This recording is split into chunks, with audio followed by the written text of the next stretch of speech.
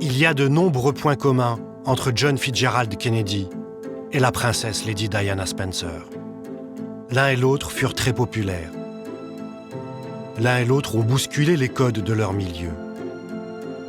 L'un et l'autre ont connu une fin tragique, brutale. Il y a enfin un dernier trait commun. L'un et l'autre ont été sous les objectifs de la presse dans les instants précédant leur mort. Il aura fallu 15 ans pour que les médias américains montrent les images de l'impact de la balle dans la tête de JFK.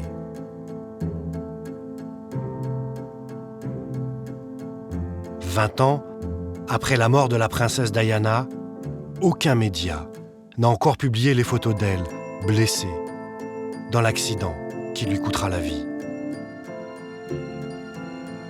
C'était dans la nuit du 30 au 31 août 1997, à Paris. Plusieurs photographes qui la suivaient de près ont pris la photo de Diana inconsciente dans la carcasse de la voiture. Cette photo, le public ne l'a jamais vue. Qu'est-elle devenue? Pourquoi personne n'a encore osé la publier?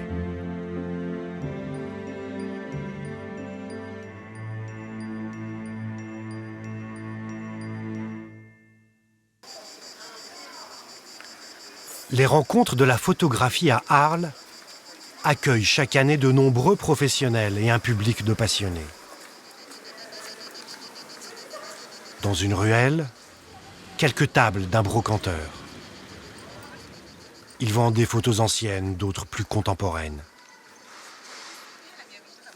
Personne ne le remarque. Laurent Sola a pourtant joué il y a 20 ans un rôle central dans l'affaire de la photo interdite. Il dirigeait à l'époque une agence de paparazzi. Il garde intact le souvenir de la nuit de l'accident. Précisément, c'est minuit 20, 30, enfin peu importe. Un coup de fil d'un des deux photographes de l'agence, en effet. Et il est mariole, il comprend très vite. Il me dit, c'est un drame, on va nous mettre en cause. Il a compris ça tout de suite, tu vois. C'est un vrai carton. Il y a eu un accident. Je dis, putain, mais tu fais de la radio, toi, ou t'es photographe? Donc tu poses ce téléphone, tu vas faire les photos que tu peux faire, et tu sors du tunnel. Vous vous arrachez tout de suite, quoi. Ça va devenir une scène... Donc, ce qu'il a fait, raccrocher, fait 10 photos, peu de photos. Imaginez cette atmosphère, les flashs, la voiture explosée, le klaxon, parce qu'il y a le klaxon qui est bloqué, qui hurle à l'intérieur des trucs. L'espèce de fumée âcre, là, et ça. Dans cette atmosphère qui est complètement glauque, il y a les flashs. Ma réaction quand j'ai appris que des paparazzis ont rôdé autour de la voiture comme des vautours autour d'une carcasse, j'ai été révulsé. On avait rendez-vous 500 mètres plus loin pour que je récupère les pellicules. Très vite, j'organise un labo chez un copain qui a une agence qui marche H24. Le copain, c'est Daniel Angeli, le pape des paparazzis. Il a photographié toutes les stars de la planète, de Brigitte Bardot à John Lennon, sans oublier évidemment la famille royale. On développe les photos tout à fait normalement. Il les donne à mon laborantin qui les trempe dans le bain et qui les développe. Bon. Et puis je commence à réaliser ce qui est en train de se passer, quoi. Et là, c'est le choc, on comprend que c'est pas anodin. La tragédie du pont de l'Alma deviendra l'accident de la circulation le plus célèbre de l'histoire. A short while ago, Buckingham Palace confirmed the death of Diana, Princess of Wales.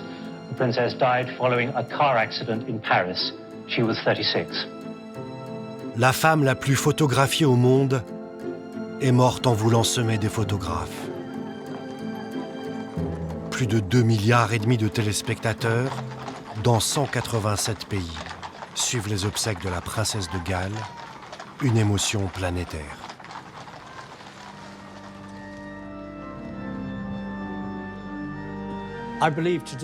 Je crois qu'aujourd'hui, 20 ans après la mort de Diana, princesse de Galles, il y a encore des gens qui la pleurent. Il y a une génération qui dira « Diana qui ?» Mais au bout du compte, c'est une question de décence. Une décence qui fait qu'on ne publie pas des photos comme celle-là. On n'a pas envie de la voir ainsi parce que Diana est une légende, c'est un mythe.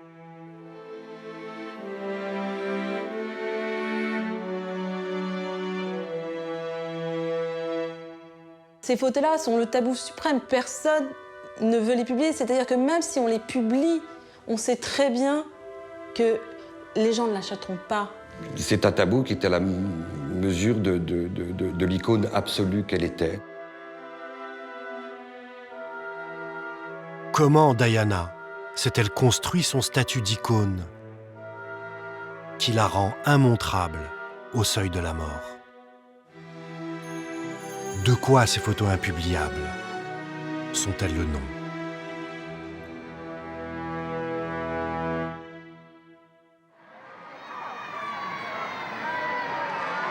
C'est le 29 juillet 1981, le jour de son mariage avec le prince Charles, que Diana Spencer apparaît sur la scène mondiale. Elle a à peine 20 ans.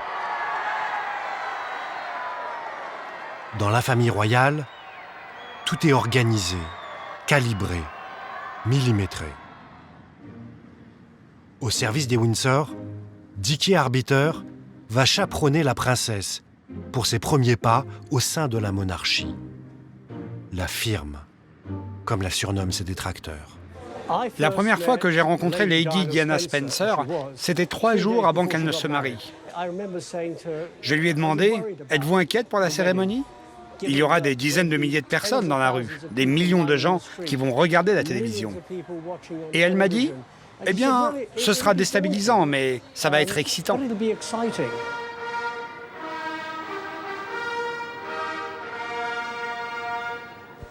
Elle était le centre de l'attention et elle le savait. Et chaque Anglaise se reconnaît en elle. C'est-à-dire qu'à cette époque-là, toute Anglaise a envie d'épouser le prince Charles et elle a réussi.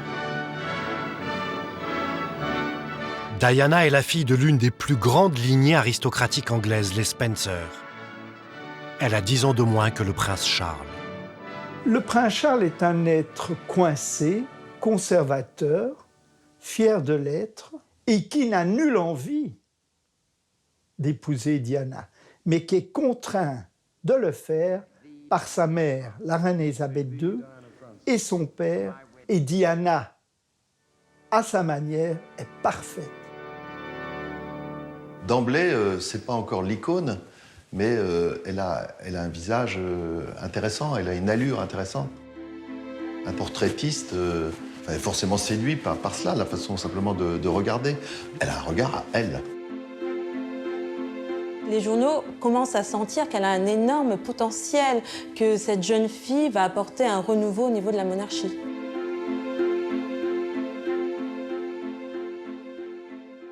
Au départ, Diana exerce des activités caritatives typiques de la famille royale. On baptise des navires, on s'occupe des hôpitaux, des animaux. 2 ans après son mariage, Diana devient marraine des jeunesses de la Croix-Rouge britannique, une organisation qu'elle ne quittera jamais et qui lui permettra de façonner son image. Par exemple, elle visitait des camps de vacances pour enfants handicapés. Et elle suivait aussi les autres activités des jeunesses de la Croix-Rouge.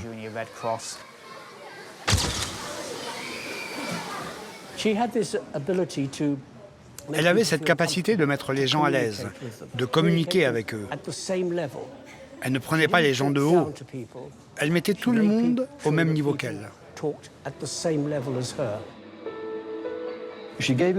Quand elle vous parlait, on avait le sentiment d'être la personne la plus importante dans la pièce. Ce qui est une qualité merveilleuse et qu'elle a toujours eue. Diana n'a pas 30 ans. C'est le début de sa conquête de l'opinion.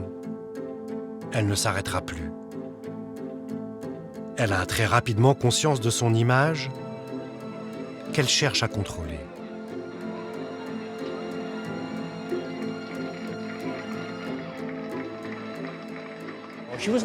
Elle n'était pas magnifique, et c'était elle la première à le dire. Si vous regardez sous un certain angle, son nez était un peu gros, donc elle s'assurait que les photographes se placent dans le bon axe. Son nez, il est adorable, son nez. Mais elle pense sans doute qu'il est trop grand, donc elle se cache, elle prend ses petites mimiques comme ça. Au départ, j'ai eu l'impression que Diana était timide, parce qu'elle avait toujours été photographiée avec sa tête penchée vers le bas. Mais elle était loin d'être timide. Diana est une vraie princesse, comme dans les contes de fées. Elle affiche toutes les apparences du bonheur. Mais c'est une façade. En dépit du glamour, malgré cette étincelle dans ses yeux, on pouvait voir qu'il y avait quelque chose qui la préoccupait. Elle était triste. Elle allait au travail, elle vaquait à ses engagements, aux œuvres de charité, et elle mettait toute son énergie dans ce travail. À la fin, elle rentrait dans la voiture et elle s'effondrait, épuisée. Je l'ai vu, ça. Et quand elle rentrait chez elle, elle trouvait qui? Les serviteurs, les majordomes, les chefs, les policiers. C'est tout.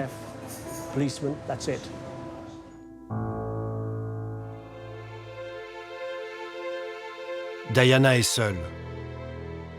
Sa vie de couple est un désastre. Son mari a une maîtresse, Camilla Parker Bowles, une aristocrate, mariée elle aussi. Le prince Charles a une double vie, comme toujours dans l'aristocratie britannique. Son mari est amoureux d'une femme beaucoup plus âgée, une femme qu'elle considère comme une femme qui n'a aucun attrait à ses yeux. Pour Diana, elle ne comprend pas la passion de Charles pour Camilla.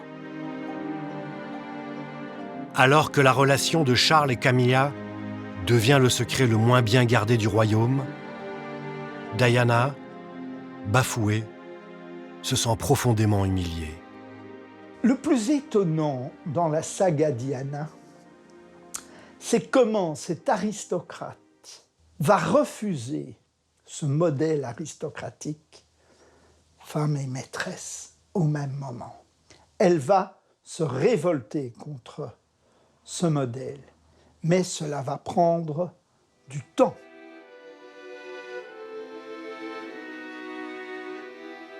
En 1992, le couple se sépare.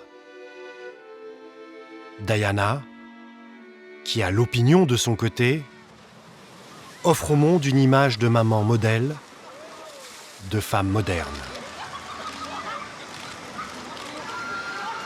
Elle se rend compte qu'elle a beaucoup de succès en éclipsant son époux. Donc elle va se servir de cette aura auprès des tabloïds. C'est un personnage nouveau, sexy, qui fait vendre pour prendre sa revanche sur le prince Charles, son mari, mais aussi sur la famille royale en tant qu'institution monarchique. Elle a quand même énormément sollicité et elle a beaucoup apprécié le fait d'être photographiée, à tel point même que le prince Charles, dans ses mémoires, dit qu'elle est obsédée par son image et qu'elle recherche en permanence des photos d'elle dans les magazines, comme si elle avait besoin de ces photos pour assurer sa propre personnalité. On vient dans une Diana mania, quoi. Chaque Anglais veut avoir chaque jour un détail de la vie de Diana. Ce qu'ont très bien compris à cette époque les journaux. Donc on bascule dans une autre dimension de l'image.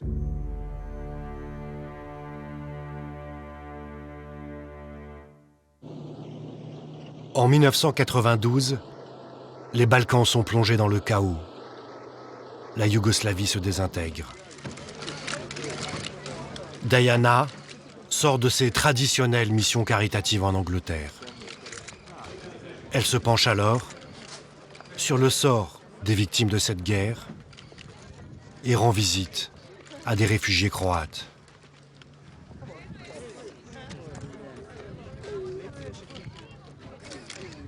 Elle va découvrir l'humanitaire, elle va aussi découvrir l'importance du geste.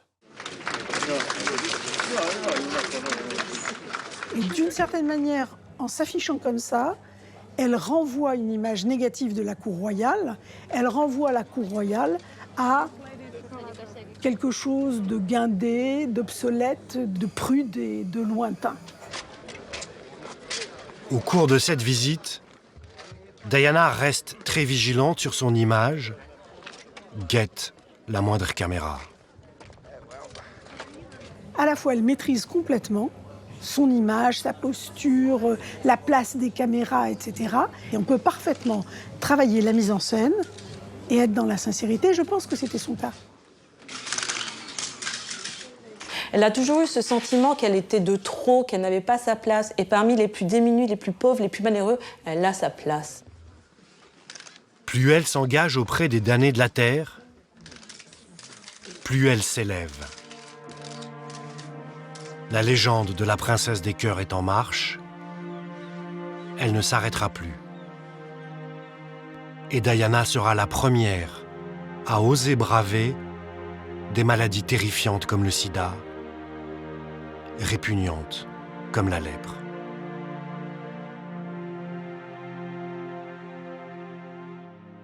C'est la maladie de la pauvreté. Partout où on trouve de la pauvreté, que ce soit en Afrique ou en Asie, il y a des lépreux. Il y a eu cette photo qui la montrait en train de tenir ce qu'il restait des mains d'un lépreux. Cette photo a brisé l'image de la lèpre comme aucune autre image auparavant. J'ai honte de moi. J'éprouvais un certain dégoût. Je me tenais loin des lépreux. Et puis un jour, j'ai vu Diana toucher des lépreux. Puis j'ai eu honte de ma réaction. Et je me suis demandé combien de gens sur Terre ont ressenti cette même honte que moi en voyant Diana surmonter ce dégoût. Baiser du lépreux, il y en aura eu deux, quoi. Il y aura eu le Christ et elle. Elle se construit une image qui fait penser à la sainteté.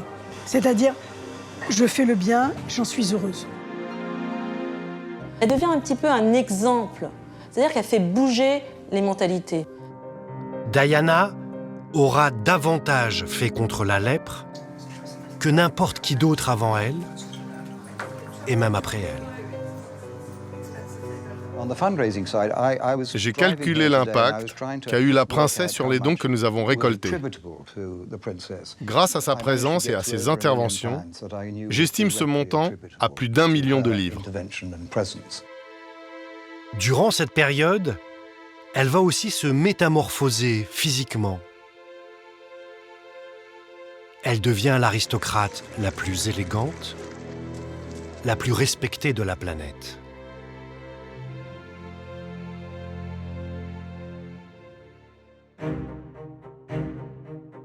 Mais en 1996, c'est le divorce. Diana s'en sort très bien financièrement. 25 millions d'euros, plus une rente annuelle de 450 000 euros. Elle reste princesse de Galles, mais elle n'appartient plus à la famille royale. Qu'est-ce que ça veut dire de perdre son titre d'altesse royale? Ça veut dire qu'elle n'a plus de garde du corps, qu'elle ne fait plus partie de Windsor, et surtout qu'elle doit faire la révérence devant ses ex-belles-sœurs, ses ex-beaux-frères. C'est assez humiliant pour une femme qui était quand même la mère du futur roi d'Angleterre et l'épouse du futur roi d'Angleterre. Diana est à ce moment-là la femme la plus célèbre au monde. Exclue par les Windsor, elle conserve un atout de poids qu'elle saura parfaitement utiliser, son statut de princesse des cœurs. Elle est en train de chercher un rôle humanitaire, c'est-à-dire qu'elle aurait envie qu'on lui crée un rôle diplomatique, ce qui, quelque part, enquiquinerait la reine, mais lui permettrait d'exister. Elle est en recherche de ce rôle politique. Ce rôle, elle le trouve auprès de la Croix-Rouge britannique. Elle va monter une spectaculaire opération de communication. En janvier 1997, 6 mois après son divorce, elle nous a contactés. Elle nous a demandé de quelle façon elle pouvait s'impliquer dans la campagne contre les mines antipersonnelles. Un voyage en Angola est organisé. Toute la presse fait le déplacement. Diana, qui n'est plus liée par son devoir de réserve, prononce un discours résolument engagé. There couldn't be a more appropriate place to begin this campaign than Angola, because this nation has the highest number of amputees per population than anywhere in the world. It is my sincere hope that by working together in the next few days, we shall focus world attention on this vital, but until now largely neglected, issue. Elle a un petit chemisier bleu ciel, des petits mocassins, un pull beige. Elle est très sobre. Elle s'assoit au milieu des enfants. Il y a des enfants avec blessés qui s'assoient sur elle. Donc là, c'est à la fois la maman, l'infirmière, elle est très douce. Il y a aussi cette photo d'elle, assise à côté d'une petite fille angolaise qui avait perdu sa jambe dans l'explosion d'une mine. L'image est poignante, mais le monde est habitué à la voir au chevet de la misère. Il lui faut autre chose, encore plus fort, encore plus percutant. Elle prend sur elle d'aller marcher sur les champs de mines. Elle ne dit à personne, mais c'est vrai qu'elle avait prévenu certains de ses amis journalistes qu'il allait se passer quelque chose. Et très courageusement, parce qu'il faut une dose de courage quand même pour... Elle met ce fameux casque, ce gilet, et elle marche. Et là, elle a toutes les caméras du monde, tous les photographes qui la mitraillent. As you can see, they've been working away here, and they've excavated out, and they've uncovered a mine. La voir avec ce masque, la voir avec cette veste de démineur, juste au cas où, c'était une image très forte. 1, 2, 3, firing. Et elle sait très bien à cet instant précis que la photo va faire le tour du monde. Mais Diana dérange. Elle est accusée par de nombreux politiciens de se mêler de ce qui ne la regarde pas. Les politiciens ont ignoré le problème des mines et ils ont vu que Diana réveillait des consciences et dévoilait l'importance de ce problème. Alors on a dit qu'elle interférait avec la politique, mais elle n'interférait pas du tout avec la politique. I'm not a political figure. I am a humanitarian figure, and always have been, and always will be. 6 mois plus tôt, la princesse de Galles perdait la couronne royale, mais en Angola, elle obtient un nouveau sacrement. Là, elle devient un peu la princesse du monde. C'est une super-héroïne qui va permettre au monde d'aller mieux.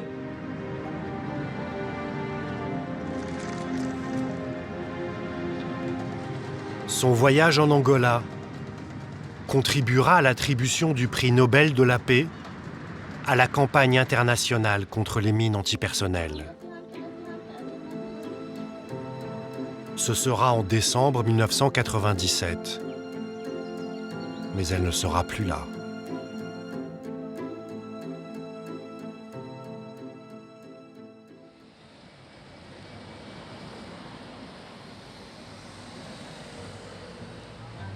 Quelques mois plus tard, Diana croise Mohamed Al-Fayed, un milliardaire égyptien dont l'origine de la fortune est assez floue. Il grenouille au milieu de l'aristocratie britannique. Il rêve d'en faire partie. Mohamed Al-Fayed est quelqu'un que Diana connaît depuis longtemps. C'est un ami de son père, du comte Spencer, de sa belle-mère, Reine. Ils se côtoient au polo, à des dîners, à des charities, à des dîners mondains. Al-Fayed est le patron de Harrods, le grand magasin londonien chic pour les gens chics. Harrods est le fournisseur officiel de la couronne royale. Aux yeux de l'aristocratie britannique, Mohamed Al-Fayed reste un épicier, même si c'est un épicier prestigieux. Le problème principal d'Al-Fayed, c'est d'avoir essayé pendant des années de devenir citoyen britannique. Et donc d'avoir un passeport britannique. Et ça lui a été refusé à chaque fois. Pour lui, c'était un complot de la famille royale. Et donc il entend se venger. Et quel est le point faible des Windsor à l'époque où on peut leur faire du mal?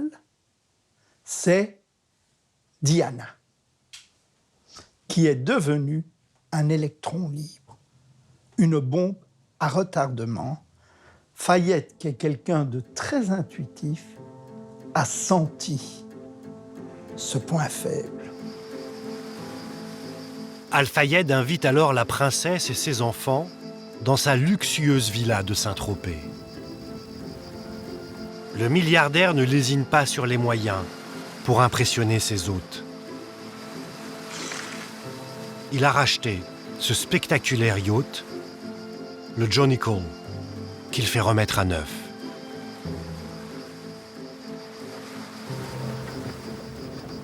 Diana et Al-Fayed savent que l'exposition médiatique de ces vacances servira leur désir de revanche sur la firme. Ils ignorent qu'ils viennent d'enclencher le compte à rebours fatal. Quand on choisit Saint-Tropez comme destination de vacances, ça veut dire regarde ce que je fais à Saint-Tropez, regarde-moi, suis-moi et shoot-moi. Et là, c'est en effet le défilé des maillots de bain, le jet ski, dans notre jargon. Elle dit qu'elle donne, elle nous donne, c'est-à-dire qu'elle veut assurer la couverture médiatique. C'est plutôt un peu elle qui vient nous chercher, parce que moi, au bout de 3 jours, les défilés sur le ponton, j'arrête, quoi. Les photos, on en a pu en vouloir.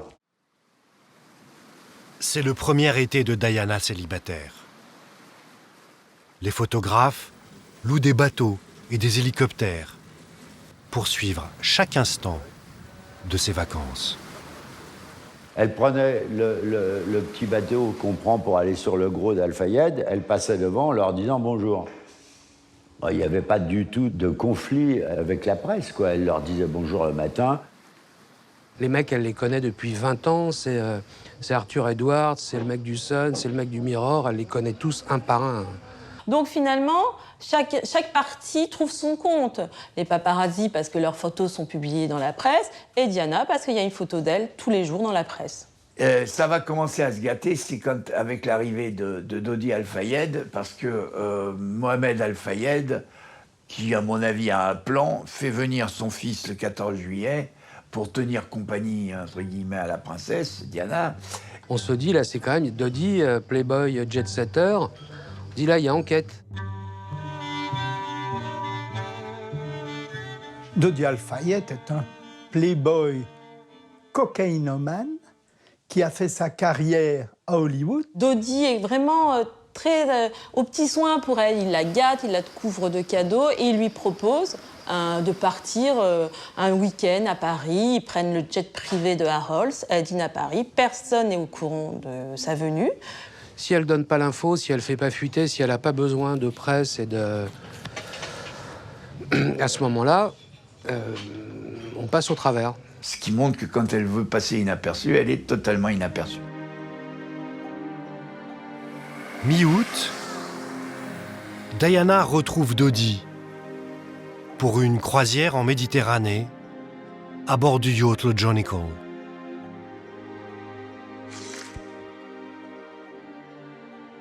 Après leur voyage incognito à Paris le 26 juillet, les spécialistes s'accordent à dire que cette fois-ci, elle fait savoir aux photographes où elle se trouve.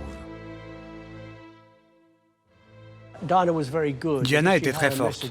Et si elle voulait envoyer un message, elle prévenait un reporter ou un photographe et elle leur disait où elle était, ce qu'elle faisait. Elle téléphone à Frazier, le photographe britannique, et ça on le sait puisque c'est lui-même qui l'a confirmé, pour lui dire « j'ai une bonne surprise pour toi, viens ». Et donc lui, il n'est pas trop chaud, je ne sais pas pour quelle raison il n'y va pas, il envoie Brenna un de ses photographes. C'est un bon paparazzo italien qui a les dents dans le beefsteak, qui lâche rien. Et après, c'est du boulot. Il a son 800 qui est branché, 2 doubleurs, un trépied. Et là, qui fait la photo où elle est dans les bras et où elle embrasse Dodi.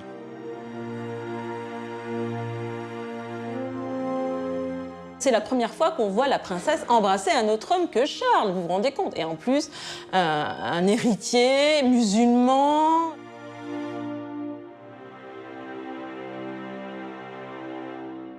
L'intérêt, c'est la photo, c'est le scoop. C'est même le fait qu'elle ait du grain, même le fait qu'elle soit de mauvaise qualité, ça lui donne que de la valeur parce qu'effectivement, elle semble avoir été volée. Donc la photo fait le tour du monde et son coup, c'est un coup de maître, elle a réussi. Elle savait très bien que son ex-belle-mère au petit déjeuner allait voir cette photo dans la revue de presse. D'ailleurs, on m'a dit qu'à Balmoral, où la famille royale passe ses vacances, les conseillers chargés de la revue de presse ont enlevé la photo, mais c'est le prince Philippe qui l'a lui montré en disant « Regarde cette folle, ce qu'elle est en train de nous faire ». Avec cette photo, Diana a signé un pacte avec le diable. Elle a scellé son destin. Diana m'a dit une fois qu'elle se sentait hantée et chassée par la presse. Mais on ne peut pas avoir le beurre et l'argent du beurre. On ne peut pas d'un côté laisser la presse entrer dans votre vie, puis après l'arrêter quand vous n'en voulez plus.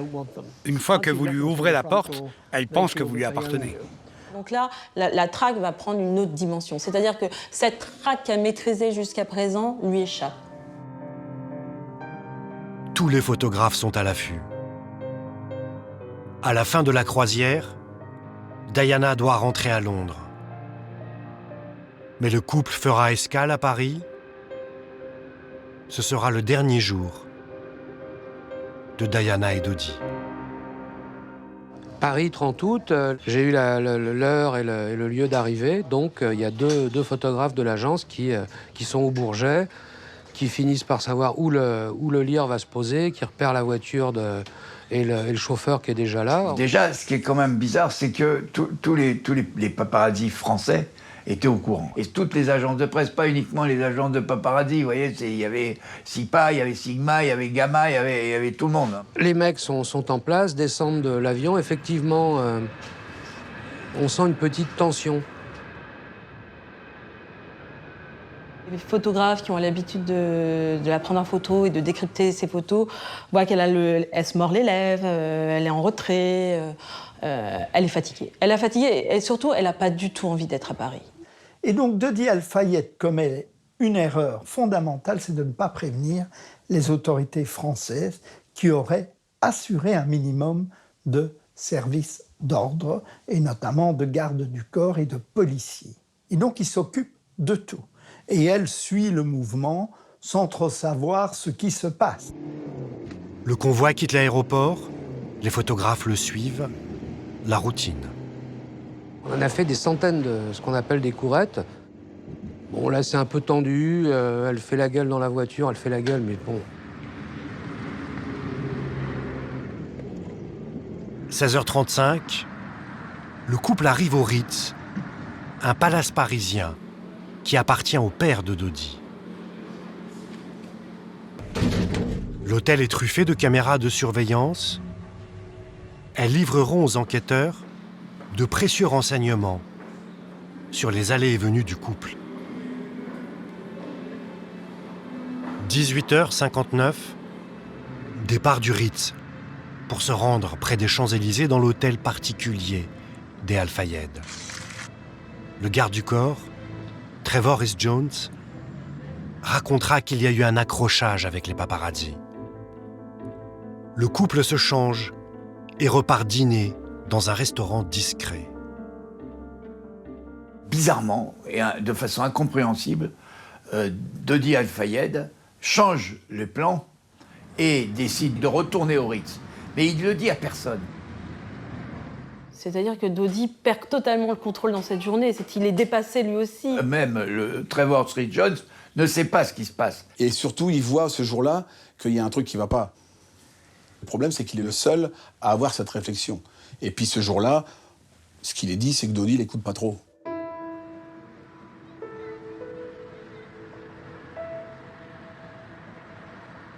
« 21h53, Diana et Dodi arrivent au Ritz. Ils ne s'attendent pas à découvrir une foule massée devant l'hôtel. Il n'y a pas que les paparazzis, il y a les paparazzis plus tout un tas de gens qui se trouvent là et qui d'un seul coup disent « Ah, c'est Diana » et qui s'agglutinent. La pression monte parce qu'il y a plein, ce que nous on appelle des gremlins, c'est-à-dire que dès qu'il pleut, ils se multiplient. C'est les chasseurs d'autographes ou les fans et les admirateurs. Et c'est ça dont elle a aussi peur, parce que c'est la foule. Et toutes les personnalités ont peur de la foule. Le couple est exaspéré. Il adopte une tactique anti-paparazzi. Dodi ne sortira de la voiture qu'une fois Diana à l'intérieur de l'hôtel.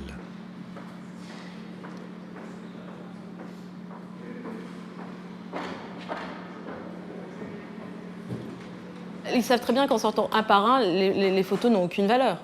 Puisque les paparazzis cherchent la photo des deux ensemble. De Dodi enlaçant Diana, et ils n'ont pas ce cliché.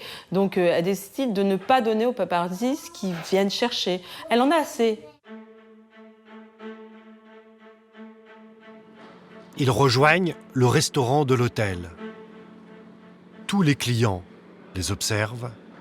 Ils quittent la salle au bout de quelques minutes et finissent leur dîner dans une suite. Dans la pure logique, il faudrait qu'ils passent la nuit au Ritz. C'est l'endroit, c'est quand même un bunker face à ces paparazzis. Personne ne peut rentrer les shooter. 22h07. Henri Paul, numéro 2 de la sécurité, qui a fini son service, retourne au Ritz, rappelé par Dodi.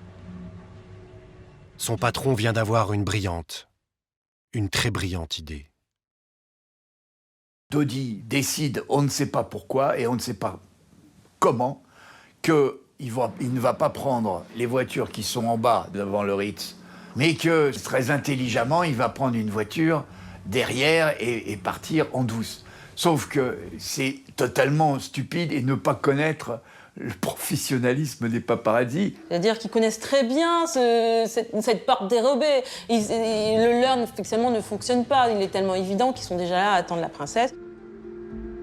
Minuit 11. Le couple s'apprête à sortir par l'arrière de l'hôtel. Les caméras de surveillance enregistrent l'image que tous les paparazzis rêvent de faire. Dodi enlaçant Diana. Cette image, elle est bonne parce qu'elle elle est à leur insu. Ils se lâchent, ils sont enlacés, amoureux, c'est mignon comme tout. Et il y a juste un geste extrêmement chaste. Un corps qui touche l'autre, un bras qui touche un corps, c'est tout. Cette image, qui est très touchante, je suis heureuse que ce soit une machine qui l'ait prise, sans volonté délibérée, et non pas quelqu'un qui aurait été payé des centaines et des milliers d'euros pour prendre ce geste-là.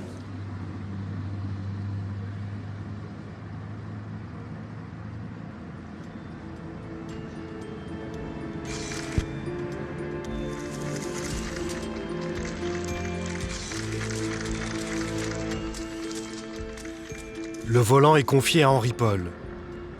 Il n'est pourtant pas habilité à conduire la limousine, une voiture de grande remise qui nécessite un permis spécial.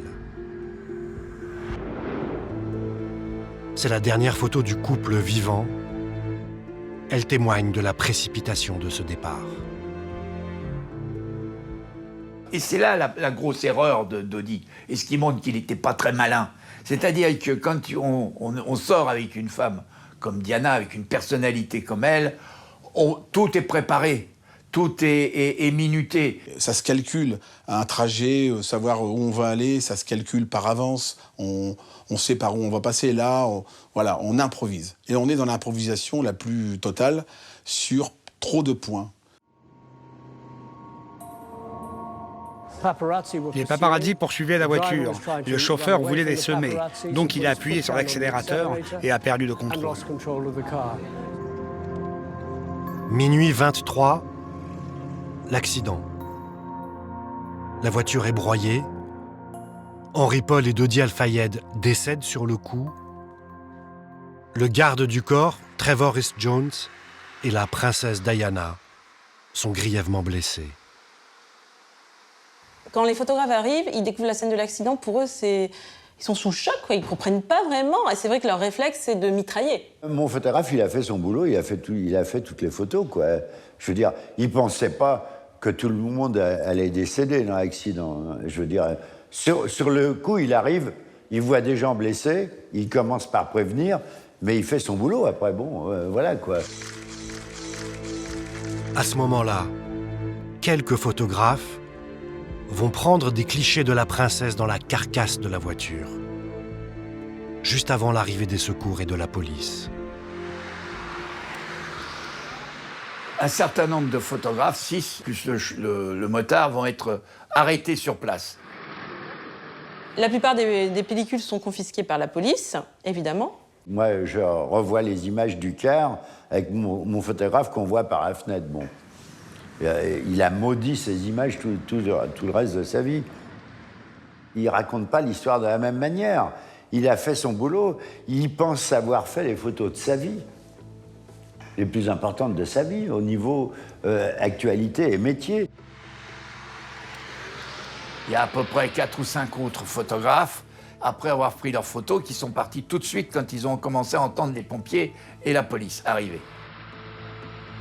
Ces photographes qui parviennent à passer à travers les mailles du filet ont dans leur boîtier la photo de trop, la photo interdite. 2 de ces photographes travaillent pour une agence de paparazzi. L'agence de Laurent Sola, il est le seul à posséder un scoop planétaire. Très vite, il y a une dizaine de photos qui sont éliminées parce que pas montrables de Dodi. Là, on comprend que c'est un peu sérieux. Mais en même temps, ces photos de Diana, moi, je veux dire, je suis pas encore... Je suis dans le live. Elle est blessée, mais est consciente surtout. Sur une séquence de photos, tu vois que son visage bouge. Pour moi, c'est une femme blessée. C'est Diana qui est blessée dans une voiture. C'est montrable. C'est quoi un paparazzi? Quelqu'un qui veut vendre des photos. C'est une question de survie. Et si vous prenez une photo que tout le monde veut, vous allez vous faire beaucoup d'argent. C'est ça leur business. Mon souci, c'est la logistique, c'est de scanner les photos, de tirer, parce que dans les rédactions, ça bouge, évidemment, les chefs de service photo arrivent à 2, 3, 4 heures du mat. Et on commence à les vendre aux Anglais principalement, etc. Je faisais un carton, c'était... En anciens francs, on devait être à pas loin de 20 millions de francs, quoi. 3 ou 4 millions d'euros de maintenant. 4 heures du matin, tout bascule. On était en liaison avec Jean-Pierre Chevènement, qui était le ministre de l'Intérieur. Et c'est Jean-Pierre Chevènement qui nous annonce la mort de Diana. Aucune efficacité circulatoire n'a pu être rétabli et le décès a été constaté à 4 heures du matin. À ce moment-là, en Angleterre, on est sous le choc. C'est-à-dire que la princesse des cœurs est morte. Dès l'annonce du décès de la princesse Diana, au milieu de la nuit, le peuple de Londres afflue vers les grilles de Buckingham. Tant qu'elle est blessée, les photos sont publiables. À partir du moment où elle est morte, tout le monde sait très bien qu'elle soit impubliable. C'est plus du tout la même chose pour moi. C'est faire du pognon sur sa mort. Parce qu'évidemment, c'est un rebondissement. C'est un peu plus de pognon encore, tu vois. Et les photographes plus chauds du tout, certains rédacteurs, je dis on bloque tout, on arrête tout, on recevait des fax, les accords d'achat étaient passés par fax, on déchire tout, on arrête tout, je vends plus ces photos. Donc en fait, d'un seul coup, tout a été bloqué. Et là, c'était difficile de passer l'interdit moral et l'interdit général, quoi. C'est-à-dire que même les tabloïds anglais qui sont quand même pas des anges, ils ont reculé là. Donc il n'y a eu aucune photo qui a été publiée à ce moment-là. Mais je ne regrette pas une seconde ce pognon, quoi. Je veux dire, voilà. J'ai été riche, si vous voulez, 3 heures.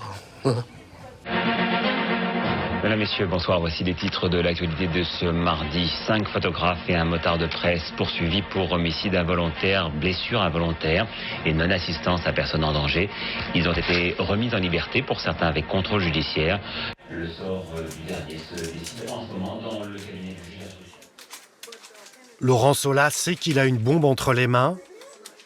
Il décide de se débarrasser des photos. Ça brûle les doigts. J'appelle l'ambassade d'Angleterre en leur disant « J'ai quelque chose qui vous appartient ». Le mec comprenait rien du tout.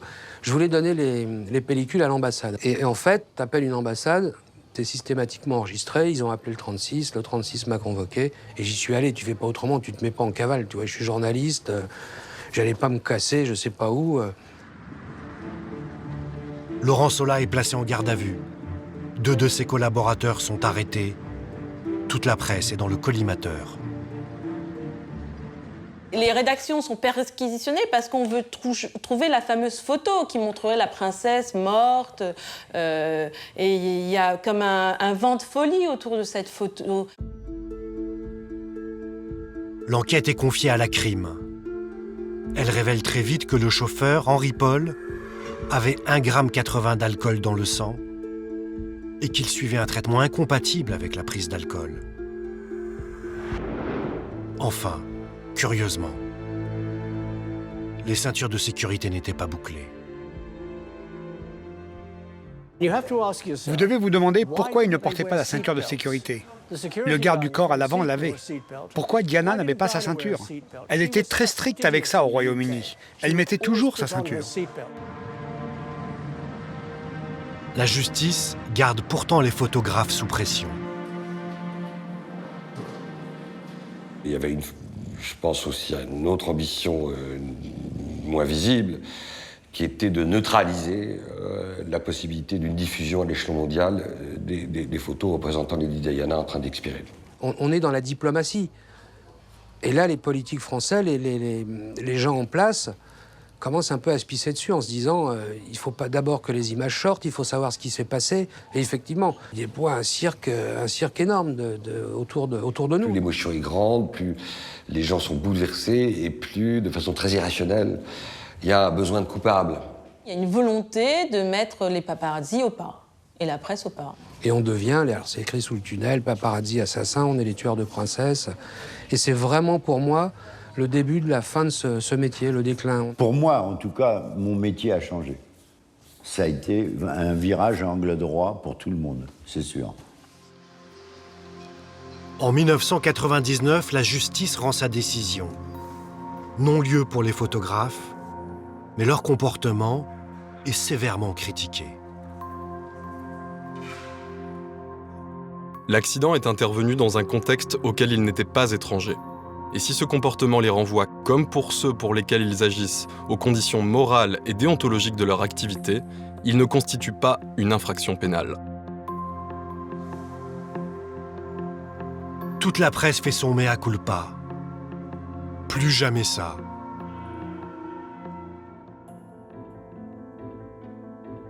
Pourtant, Diana va mourir une 2e fois.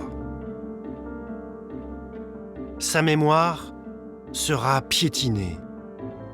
Son entourage le plus proche l'a trahi à coups de livres à scandale et de pseudo-révélations.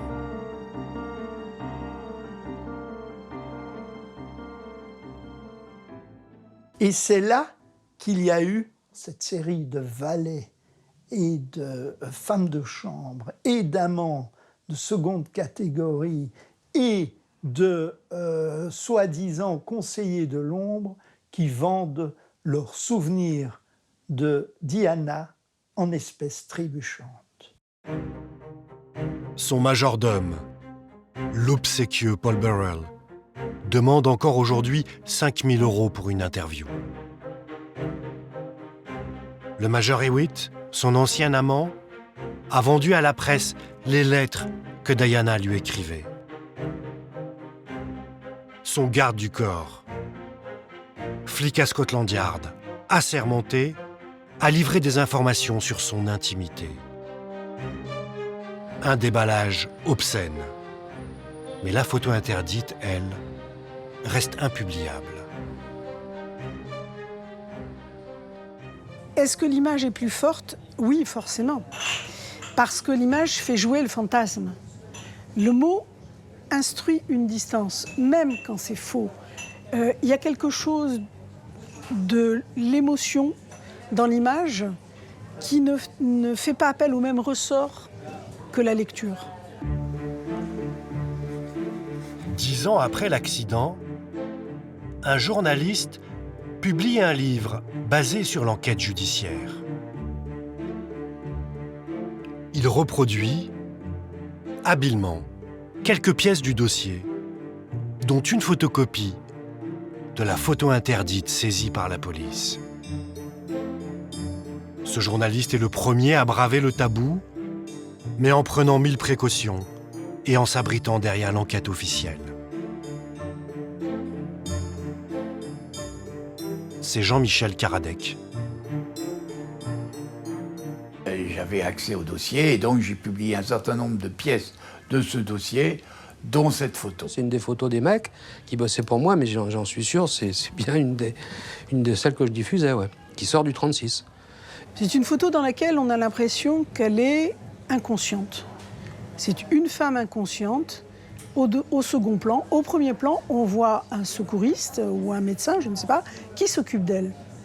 Je n'ai pas vu de traces de sang dans la reproduction qui m'a été montrée, pas de traces de douleur, simplement un corps inconscient.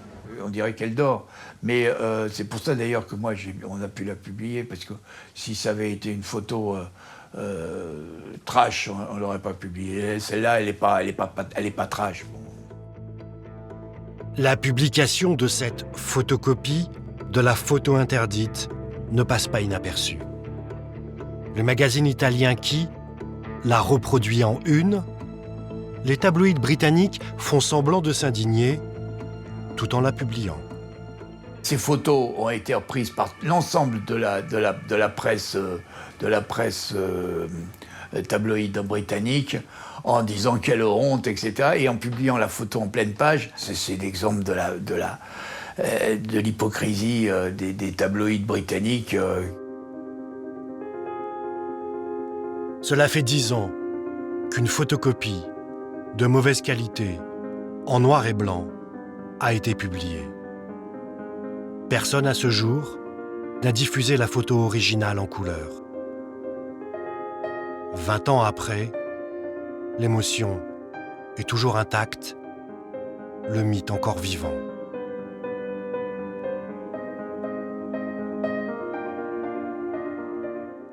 Du côté des royaux, du côté des enfants de Diana, ils ne veulent surtout pas que cette photo soit publiée. Et Charles et les Windsor se sentent investis d'une mission pour sa mémoire et pour la mémoire des enfants de Diana. C'est d'ailleurs pas totalement inacceptable, parce que s'il y a bien des épisodes de la vie de tous les humains, que ce soit Lady Diana ou n'importe qui doivent être protégés d'une représentation publique, c'est justement cet hyper intime qui est celui où on s'approche de la mort. Je pense que c'est que le monde des images qui a été mais vraiment baigné de l'aura de Diana ne pouvait pas s'arrêter comme ça, sur cette image-là. Je ne le crois pas. C'est-à-dire que c'était un cadavre, ou un être qui allait devenir un cadavre, c'est-à-dire quelqu'un qui n'avait plus ce mouvement, ce sourire, ce charme, et qui donc mettait une clôture absolue à la légende de Diana. Il y a une raison pour laquelle les photos du crash n'ont jamais été publiées. C'est une décision prise par la presse écrite, les journaux. Ils ont senti que le public, leurs lecteurs, voulaient se souvenir de Diana comme elle était, et pas comme elle devait être au moment du crash. Cela aurait détruit cette image qu'ils ont aidé à construire. Et ils ne voulaient pas être les artisans de cette entreprise.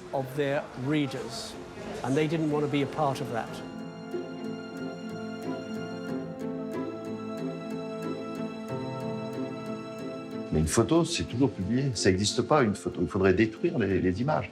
Ce sera avec une vision historique de la chose, pas dans une vision d'information. 20 ans après avoir été prise, la publication de la photo interdite n'est certainement plus qu'une question de temps. Elle peut surgir à tout moment.